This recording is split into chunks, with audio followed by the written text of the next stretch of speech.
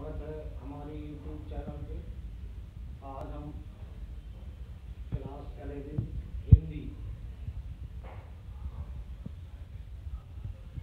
काव्य का भाग पाठ 1 कबीरदास के पर इस पे चर्चा करने जा रहे हैं। ये इस सत्र का पहला वीडियो है हिंदी में। इससे पहले 11वीं क्लास का हमने अभी तक कोई हिंदी का वीडियो नहीं अपलोड किया है यूट्यूब चैनल पे। तो सबसे पहले 11वीं क्लास में CBSE बोर्ड में दो प्रकार की जो हिंदी चल रही है उसके बारे में बता दें। एक तो इलेक्टिव हिंदी है, एक हिंदी कोर है। तो एलिमेंट्री हिंदी के अंतर्गत हम लोग आज हिंदी कोर में जो पुस्तक लगी हुई है आरोह भाग के, इसका मतलब आरोह भाग जो भी होगी वो 12th क्लास में पढ़ाई जाएगी। तो इस आरोह भाग एक जो है वो दो भागों में बटी हुई है। एक गद्य भाग है और दूसरा काव्य भाग है। दूसरी जो कंपूरक या सप्लीमेंट्री इसकी जो दूसरी पुस्तक है वो हितान है। तो देखो बच्चों, आरोह का मतलब होता है क्लाइंब करना, बढ़ना। अवरोह का मतलब उतरना, घटना। तो उसका ये 11th में पहली सीढ़ी है काव्य भाग, यानी कि कविता है पाठ 1 कबीरदास के पद।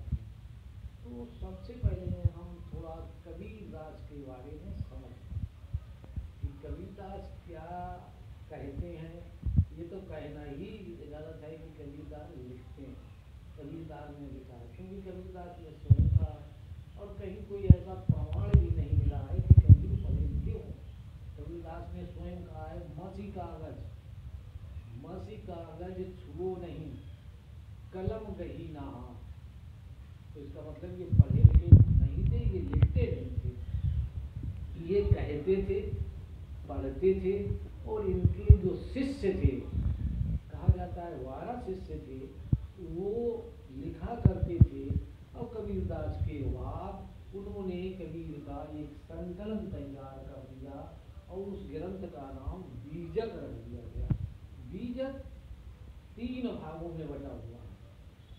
एक तो साखी है, दूसरा शबद है और तीसरा रमणी है। साखी का मतलब होता है गवाही देना। यहाँ आत्मचिंतन, परमात्मा और आत्मा के मिलन के बारे में कबीर ने गवाहियाँ दी, तो उन्होंने अपने पदों का नाम साखी रख दिया। शबद का मतलब शबद कीर्तन कबीरदास जी करते थे, संत कवि थे, तो वो उनके शबद आ गए। रमणी का मतलब चौपाई होती है, वो भी कबीरदास ने लिखी। यहाँ 2 पद कबीर के आज के कोर्स में सम्मिलित किए हैं। देखिए, भाषा कबीरदास जी की पंचमेल खिचड़ी है और कबीर की कविता में अधिकांश शांत रस का प्रयोग हुआ है। तो कबीर दास जी के बारे में थोड़ा हमने ये चर्चा की। अब थोड़ा इनका जीवन परिचय, हालांकि जीवन परिचय आता नहीं, लेकिन जीवन परिचय के बारे में भी हम लोगों को थोड़ा जानना आवश्यक है। तो देखो भाई, 1309 ईस्वी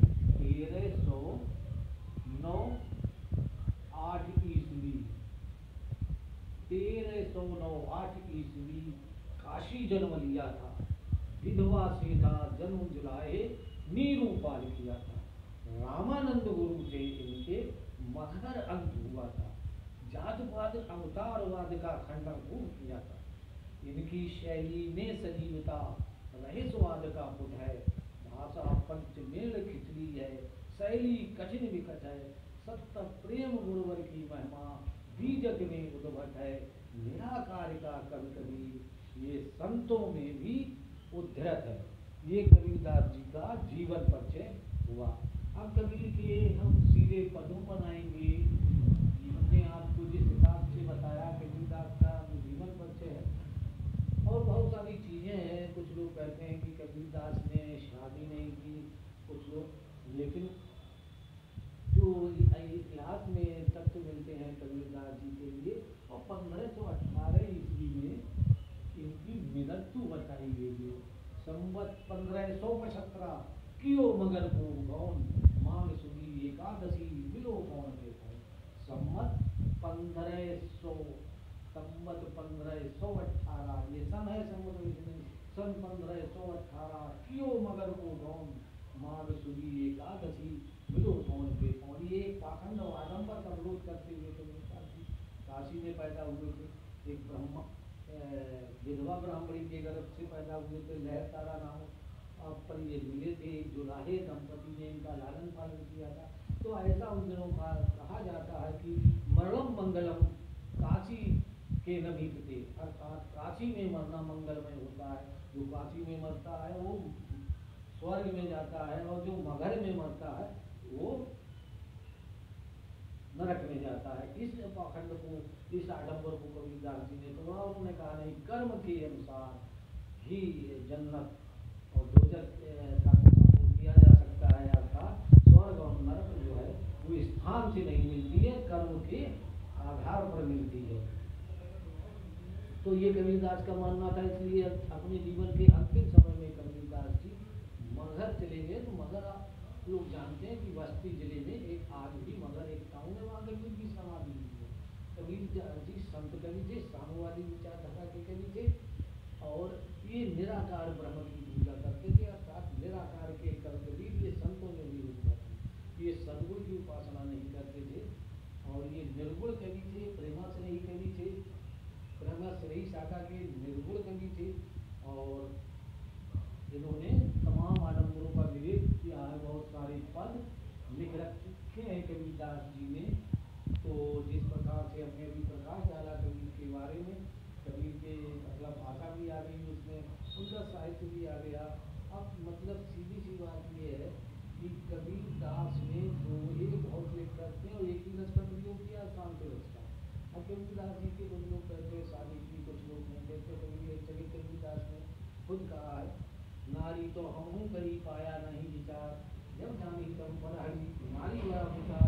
लेकिन कुछ लोग ये कहते हैं कि कबीरदास जी ने शादी की थी, और शादी के बाद उनके एक बेटा एक बेटी भी थी। एक जगह कबीरदास जी ने खुद कहा है, बूढ़ा वंश कबीर का उपजा पूत कमाल, बूढ़ा वंश कबीर का उपजा पूत कमाल, हर का सुमरन छाड़ के घर गया हमार।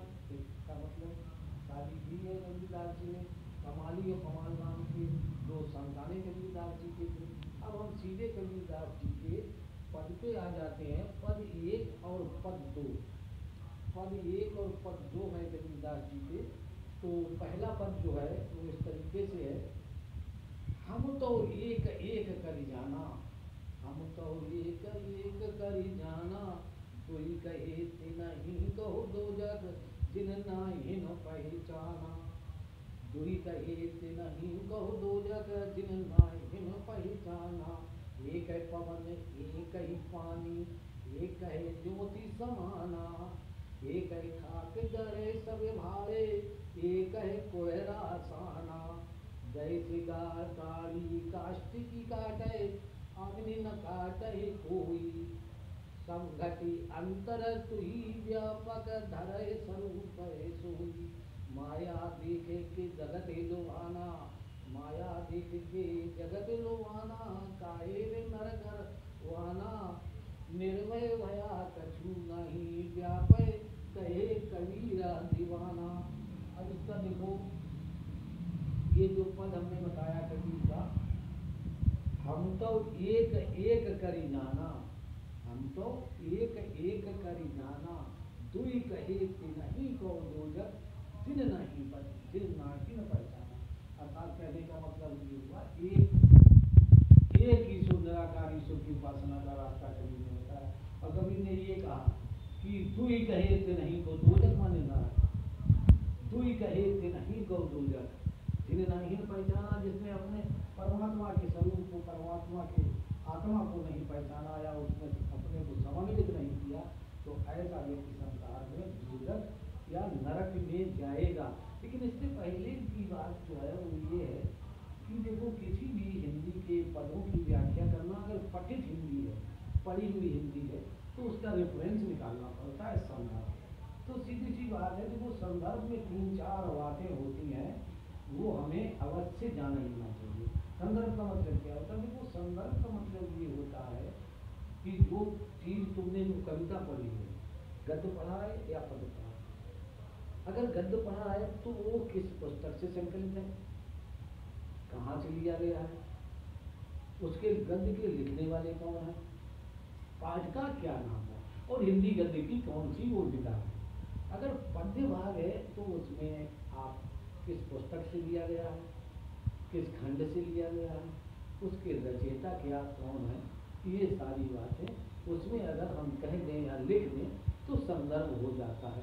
मान लीजिए हम तो एक एक करी जाना दुहि कहे थे नहीं को दूजा नागिन पहचाना, यही पद लेते हैं, तो इसका संदर्भ किस प्रकार से कहेंगे, प्रस्तुत पद्यांश या प्रस्तुत काव्य खंड, हमारी पाठ्य पुस्तक आरोहान एक काव्य भाग में संकलित कबीर के पद नामक शीर्षक से अवतरित है। इसके रचयिता या रचने वाले कबीर संत कबीर दास जी हैं। तो ये संदर्भ हो गया। एक बार फिर सुन लें, प्रस्तुत पद्यांश या काव्य खंड हमारी पाठ्य पुस्तक आरोह एक काव्य भाग में पाठ एक के कबीरदास के पद नामक शीर्षक से अवतरित है। इसके रचयिता कबीरदास जी हैं। ये था आपका संदर्भ। ये संदर्भ की बात कही। अगली बात आती है प्रसंग की। अब आती है ये संदर्भ की बात हमने अभी बताई। अब अगली बात आती है आपकी प्रसंग की।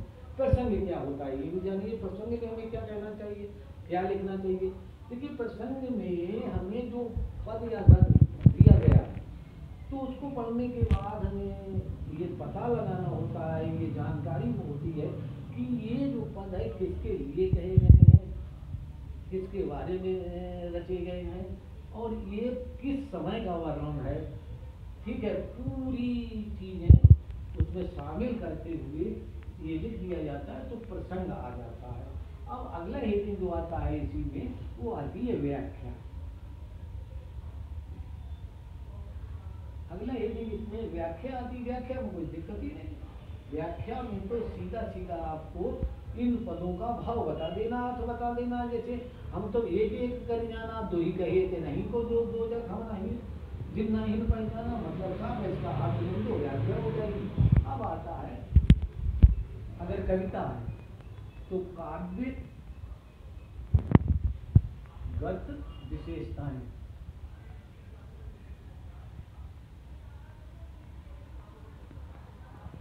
काव्यगत विशेषताएं दो भागों में बढ़ती हैं। एक तो होता है आपका कला पक्ष और दूसरा आपका होता है भाव पक्ष। ठीक, कला पक्ष और भाव पक्ष। कला पक्ष में भी दो भाग। ये आपको आप काव्य सौंदर्य भी इसको कह सकते हैं। सौंदर्य भी कह सकते हैं कला पक्ष में। काव्य सौंदर्य भी कह सकते हैं, काव्यगत विशेषताएं भी कह सकते हैं। तो वो संदर्भ बताया, प्रसंग बताया गया थे, काव्यगत विशेषताएं बताई। काव्यगत विशेषताएं कला पक्ष और भाव पक्ष दो भागों में बटी रहती। जो भी आपसे चीज पूछी जाए वही लिखना है, वही कहना है, अतिरिक्त नहीं जोड़ना है। काव्यगत सौंदर्य या इसको काव्यगत सौंदर्य भी कह सकते हैं, काव्यगत सौंदर्य, काव्य सौंदर्य। तो भाव पक्ष में ये है कि जो आपने कविता पढ़ रखी है उसका विशेष भाव क्या है, या साम्य भाव अगर कोई कविता मिलती जुलती आती है तो वैसी आप वहाँ लिख सकते हो। ये भाव पक्ष है। ठीक है, कला पक्ष क्या होती। कला पक्ष में इसमें रस कौन सा आ गया है, अलंकार कौन सा है, कविता का गुण क्या है, कविता के जो गुण है प्रासाद है या माधुर्य गुण है या जो भी ये है क्या है वो आप लिख सकते हो। रस कौन सा आया है कविता में, अलंकार कौन सी है का आया है, भाषा किस प्रकार की है, छंद क्या है, ये इन चीजों में आप लिख सकते हैं। ये आपकी सौंदर्य काव्यगत विशेषताएं हैं।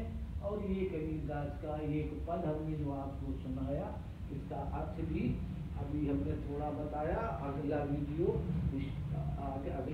बहुत जल्द हम इसका अपलोड करेंगे। Thank you. आज के लिए बस इतना ही। धन्यवाद।